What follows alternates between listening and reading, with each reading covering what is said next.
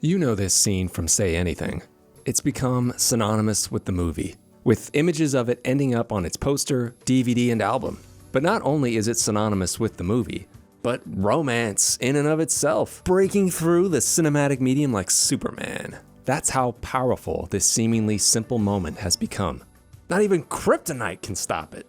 But yet, because of its iconic emblematic status, the meaning behind the scene can be easily lost and misinterpreted. Something that homages and parodies, although playful and loving, can be held partly responsible for doing. Guilty. So what's happening in this scene? Well, to get at the meaning, we've got to go back to the source. We've got to dig deep. Okay, not that deep. We've got to hear from the man in front of the camera as well as the man behind it. We got to find out from them how and why the scene came to be in the way in which we know it today, because what ended up in the final cut took some time to get to. Like a relationship, it was a long road. So let's travel back to the late 1980s.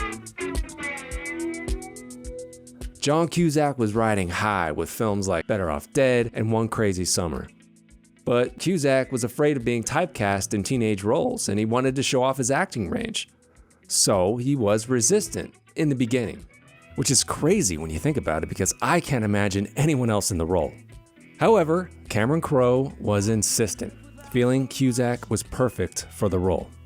I mean, look at this guy. He is Lloyd Dobler.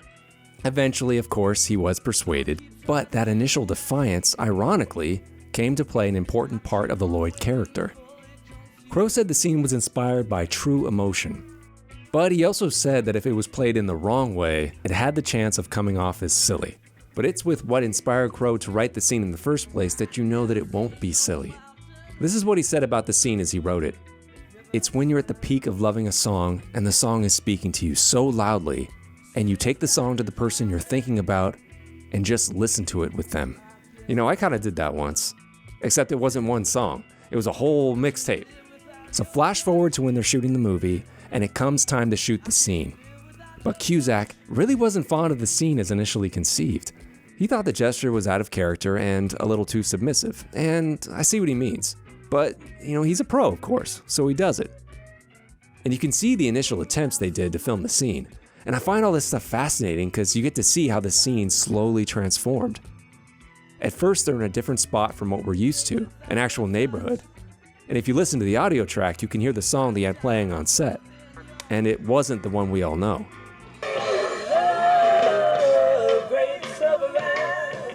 You see, they didn't know it would work yet, or even if the whole scene was going to be a bust. But they kept trying. So they get to the end of the shoot, and they try one more time to get it right. Cusack still wasn't quite there emotionally. He wanted to do it just sitting on the hood of his car, which they tried, but it looked too passive. So on the last take, on the last day of the shoot, with the light fading, Crowe told Cusack to bring it, and they got it. The look on John Cusack's face striking just the right chord. Resistance. Which goes back to how Cusack himself was feeling about the scene. In the last take, they captured Lloyd as defiant. But as they were piecing the movie together, the song they were using on set wasn't really working.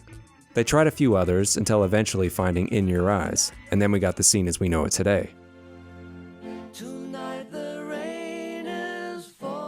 Crowe said that Cusack was using the complexity of his own feelings, the trepidation.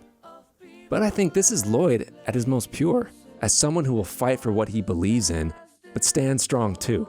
The gesture and the song acting as his final stand. But that act of defiance is emblematic, not only of this moment, but of Lloyd and Diane's whole relationship. You see, nobody thought they belonged together, remember? Nobody thought it would last. But they made it work and went against what people thought. That opposition making their bond stronger. That's what this moment means to me. It's a symbol of their relationship, their unique situation. But removed from that context, the gesture loses its roots, its deeper meaning, which is what's happened in pop culture, with it being memed and stripped of its essence. Because standing outside of a girl's house with a boombox isn't love. In the movie, Lloyd didn't have to do that to tell Diane how much he loves her. She already knows. He did it to remind her how strong their love is. And I think that's the meaning behind it all. But hey, that's me. It's still going to be shown about in the media just like it always was. That's not all so bad. The scene itself, or an image of it, or just the thought of it, keeps the movie alive and relevant, keeping people curious about it, beyond the boombox.